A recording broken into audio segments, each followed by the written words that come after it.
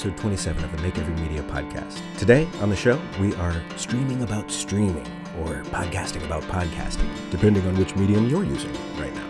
I'm doing a little experiment with my process here. I am trying something new. I'm recording this episode live over the internet broadcasting platform Twitch.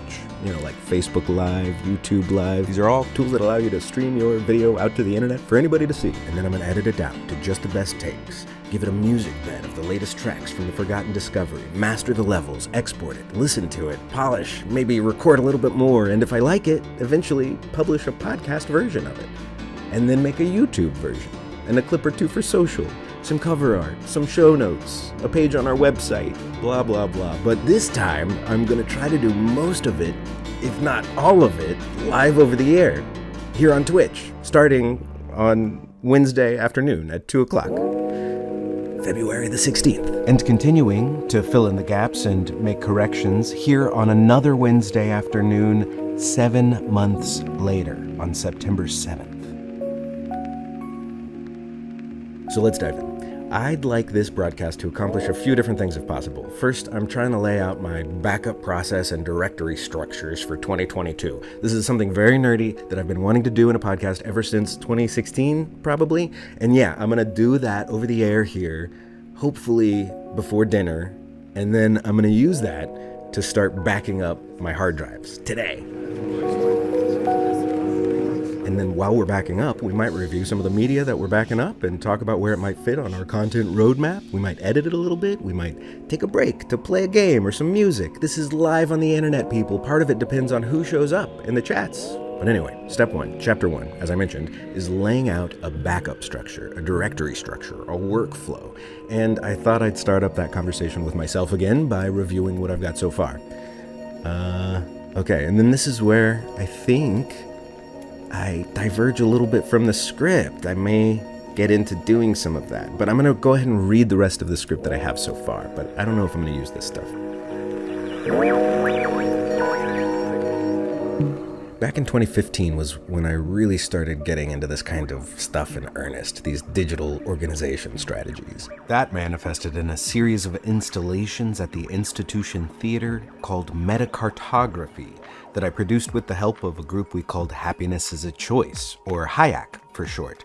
We liked to think of ourselves as meta-scientists, but this was before Facebook changed its name to Meta. Anyway, these meta-cartography installations were probably the most scientific art practice of my life at that point. If you're not familiar, an art installation can basically be anything that is, well, installed in a place for a period of time. Usually it's some kind of artwork that people can walk through or experience in their own time, maybe even interact with. These days, some of the best installation work in America is being done by Meow Wolf in Denver, Santa Fe, and Vegas. This was like the smallest possible version of that, like a single molecule of that. But even still, each iteration of our installation had its own custom load-in, load-out, cast and crew, which we called practitioners, audience, which we called participants, data, conclusions, successes, failures. The first one on September 12th of 2015, about 7 years ago. That one was supposed to be like the inside of my brain. We had a bunch of timelines and maps and projections and wiry neurons going from end to end of the room. And even some of my old journals were out on display, apparently. I still can't believe I did that. There was also a footage review center where people could review and log footage and events that had happened 10 years prior to that, in 2005.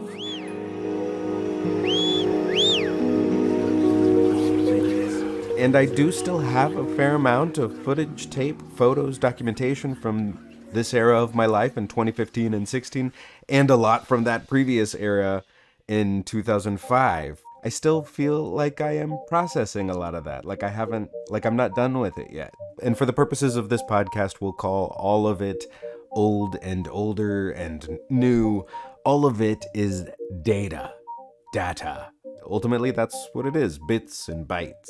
Bits and bytes. This podcast began on January 8th of 2016, in part as a way for me to start processing and organizing all of that data. The installations continued until April of that year. You can still hear audio from these events in episode 4 of Mimcast, Installation of a Moment, and episode 5, Feedback. These episodes use audio from some of the later iterations, the ones that happened in 2016. But it was the second iteration on October 10th of 2015 that was probably my first attempt to declare my archiving structure publicly. This particular iteration was the only one that was only me.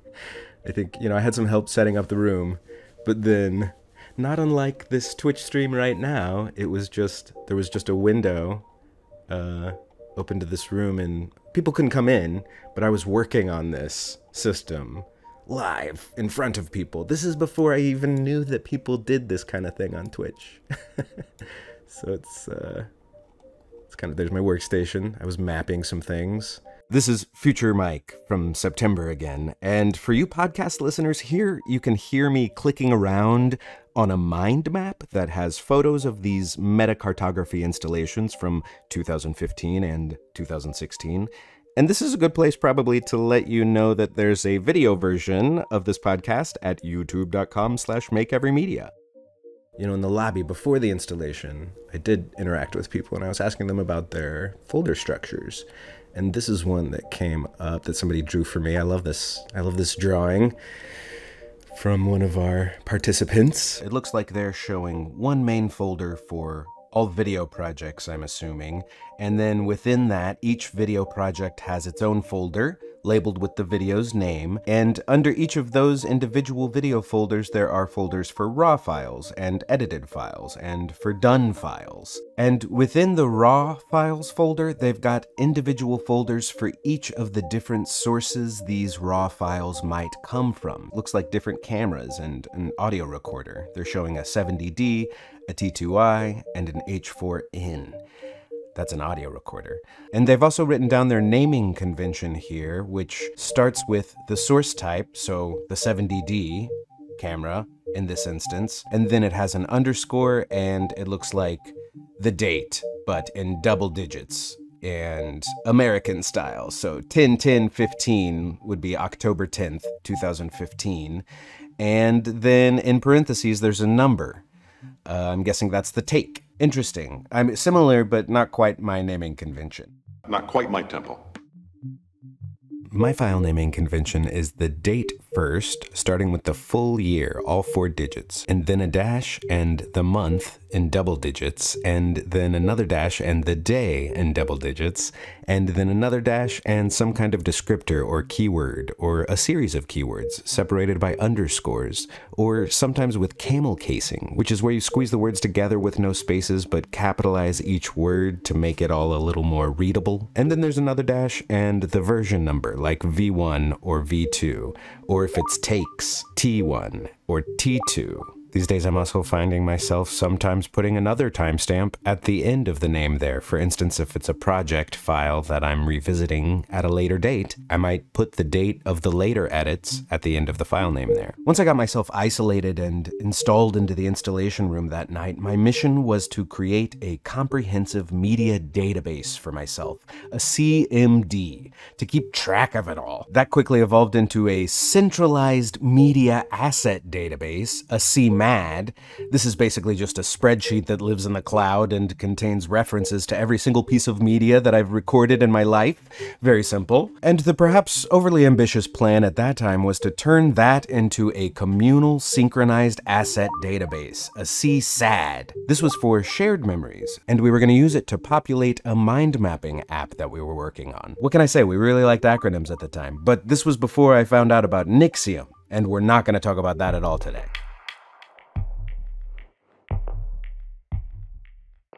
I toiled all night in that room with one window, with people peering in occasionally while shows happened on the stage next door, and I did eventually come out of it with some automation code and a basic directory structure that I ended up using for a long time after that, and has of course evolved into what I use now. But before I go into that, I wanted to review. So this is preservethispodcast.org. It's a grant-funded project hosted by the Metropolitan New York Library Council. Help podcasters protect their work against the threats of digital decay. Ouch. I came across this in Chicago at Third Coast Festival, and it pretty much was exactly what I needed, what I thought I wanted to make, but then I just listened to this and I was like, well, they already made it. So I wanted to review it and see if there's anything that I do differ from them about. But there's 5 episodes and that's it. That's a 5-episode podcast. Limited run.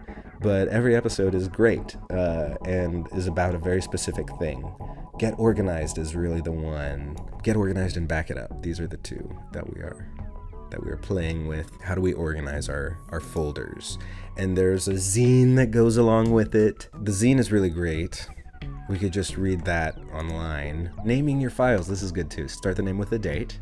Exactly. That's exactly what I do. This little hamburger over here, I love it. And here I'm pointing at a picture of a hamburger that has a file naming convention on it. Year-month-day. And the month and day are always double digits. So we add a 0 if they're below 10. So today's date is 2022-09-07. That's exactly what I do. And in this image of a hamburger, the date, or what we call the timestamp, is first on the top piece of bread. And on the lettuce under that is keywords or some kind of descriptor. The meat of this burger is the version number. And then the bottom piece of bread is the file extension, like MOV. The reason we do this, start with the year, it's very simple. It's so that the files can be sorted easily by file name in their order of recording. It just makes it so much easier to find things. Got it? Okay. The 3-2-1 rule refers to a file backup strategy. Here's what it means. Keep at least 3 copies of your files. Store your file copies on at least 2 separate devices. Store 1 copy far away from where you live. Shows the 3rd copy on the moon there. You know, that's in case your house burns down. I have been known to travel with a clone of my hard drive. My mom and brother live in Oregon, so if anything were to happen in New York, my bicoastal files would stand a chance. That is where I have not gotten to yet. I would love to get to that point. PreserveThisPodcast.org. Check it out. Listen to the whole podcast. They're great. And this is my workflow here. Actually, this is Mike interrupting again from 7 months in the future of this February Twitch stream you've been listening to or watching. At this point in the February broadcast, I did actually start to go through my structures and workflows over the air, and I found that they still needed some tinkering, so I started to do that over the air. But then somebody who was watching noticed that my mic was off, which sometimes happens when I transition between scenes, so I got the mic working again, and then I sort of tried to wrap things up. So there we go, that's my directory structure. I'm glad you can hear me now, as I finalize my directory structure for today. These are living things though, you know, I mean, it might evolve halfway through the year to something else. And it's a little more than halfway through the year now. It's September 7th. And after I got off the air in February, I continued to tinker, did finally end up getting some of my data backed up. But months later, I'm still sort of tinkering with my drive structures. But I'm going to spare you some of the process here and see if I can summarize and bring this episode to a natural conclusion. I don't know if that's going to be interesting at all for the audio-only listeners, but I gotta try. So I've now got 2 basic hard drive structures. One is for internal hard drives on desktops or laptops, and the other is for external drives. These are usually USB drives or RAID enclosures that house multiple drives. I could still stand to have a third structure for network drives shared by multiple computers, but it's not that important right now, so I'm going to save it for later. Let's just go through this and see if I can explain it visually here. For desktop drives, I'm using these double-digit numbers again. So 00_inbox is where anything new that comes into my desktop goes. And within that, there's downloads and new apps. And then next on the root directory is 01_projects.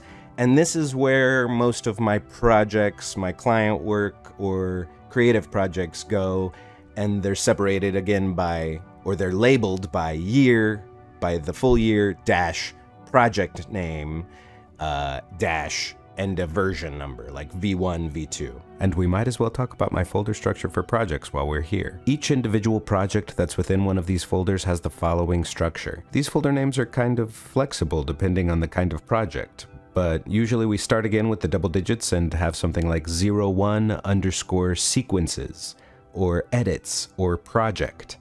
And that's where all my project files go for Premiere, Audition, or After Effects. And then under that, we've got 02_assets or 02_AV. This is where all the raw materials go. And within that, we find the three major food groups of media: AUD for audio, IMG for image, and VID for video. And then finally 03_exports, which is where the completed rendered files go, all the deliverables for the project. Next, back in the root directory of the desktop drive, the third directory under 01_projects is 02_AV on the root directory, which has within it audio, images, and video, AUD for audio, IMG for images, and VID for video. And this is just where a lot of recordings go, and they're separated by year in there. And then the fourth directory is 03_ref, and this is where all my reference documents go, PDFs, spreadsheets, text files, instruction manuals, things like that. Then the last folder in the desktop drive starts with an omega, so that it ends up at the bottom of the list no matter how many numbers we end up having, and it's omega-archive. And within that, there is from archive and to archive. From archive is stuff that I've transferred over from one of my archive drives so that I can have it on the desktop for easy access. To archive is stuff that I'm trying to get off of my desktop as soon as possible and back up. And then moving over to external drives, these are typically archive drives. So first of all, I don't have an inbox folder here because the omega-to archive folder at the bottom here serves the same purpose as an inbox. Anything new coming into this drive, if it's the first time it's being backed up, it needs to go into this to archive directory so that I remember I still need to back it up a second time. Ideally, I'm doing that in the same session, but that's not always the case. Sometimes you just gotta clear space fast. But usually, if I'm backing things up, if I'm archiving, then I want to take my time with it, and I want to make sure that it goes into the right folder. So I've got a similar projects folder here, 01_projects, but on the external drive, that is then separated into different years, like 2022, 2021. And within each one of those are the projects by year. And I keep them separated by year just because sometimes projects, if they're multi-year, they can get a little unwieldy. And I want to make sure that they are streamlined as much as possible. So then I also have an AV folder, 02_AV, on those external drives. And within each of the three kinds of AV, audio, image, and video, there are also years. And this is where the raw footage goes again. But I have a second option for that is separated by years, and then which media it is. And, you know, I could go back and forth on those for another 7 months and not come to a conclusion. I'm gonna go with my gut. I'm gonna go with option 1 for now. When I come to an archive drive, I know what I'm looking for. I'm looking for either audio or video or an image. So that is what I'm separating it by first. And then I have a reference directory, same as desktop. And then the last folder on the external drive is omega-to archive. That folder is for things that have only been backed up once and need to be double backed up and triple backed up, with the third backup being sent away from the house. This is my backup workflow. All of my data right now starts from either my MacBook or a PC, and then if it's on the MacBook, it gets first backed up onto this WD Elements Media 2020 drive, and then second or thirdly, the data exists on one of my 4 terabyte drives that is in the RAID enclosure. And then I have a 1, 2, 3, 4, so it goes on to the another 4 terabyte, and then that's the one that I would send out to El Paso or Fort Worth or something, just in case of flood or natural disaster here in Austin.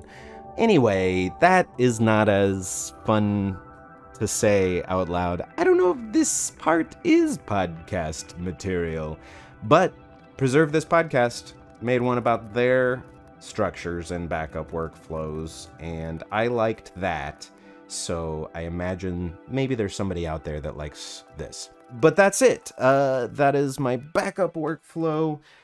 And let me get back to pickups, final pickups here. All this may seem extravagant, like a bit much, but everyone I know has lost more data than they care to admit, and that includes me, because we hadn't backed it up. Having a process something like this could have saved us a lot of trouble. But anyway, what are your file organization structures and archiving workflows? Am I doing it all wrong? Am I making it too complicated or not complicated enough? I'd love to hear all about it at makeeverymedia@gmail.com. Shoot me an email. Draw me a map, wire me a flowchart, paint me a picture, sing me a song. And just a reminder, if you want to catch our conversations live, the easiest way to do that is to follow Make Every Media on Twitch or YouTube and turn those notifications on. And if you want to be a part of the conversation, get early access to newly edited episodes, and help us actually keep making new episodes, supporting us on Patreon or Buy Me a Coffee, or following up the Twitch follow with a Twitch subscription, even one of those free ones that come with your Amazon Prime account, those are the things that are going to keep this machine fueled for the long term. Links to all of those can be found at linktree.com/makeeverymedia. And that, my friends, is the end of this episode of Make Every Media. I hope that it was interesting or valuable to some of you, and that the rest of you didn't mind it too much. For me, it was a long time coming. 7 years and 7 months in the making. And it felt like kind of a rite of passage, something I had to get done and out of here so I could practice what I preach and back up my damn data and then move on. That's kind of what MetaCartography was all about in the first place. Rites of passage, finding pathways through tough times by collecting data and mapping it over timelines and geographies to find new meanings, form new conclusions and hypotheses. In retrospect, I'm renaming this entire episode to The MetaCartography of Data, and also probably making it an episode of our Grief Hoarders series. I am clearly a bit of a data hoarder, and I think a lot of that comes straight out of my grief. It's like my knee-jerk reaction to loss is, how can I document more and protect my data from digital decay? And truthfully, how can I prepare for my own demise? Like, who gets my hard drives? That seems to be the thing I'm stuck on. Where do my hard drives go? Who do I trust my hard drives with? And do I expect them to do anything with my data, my content?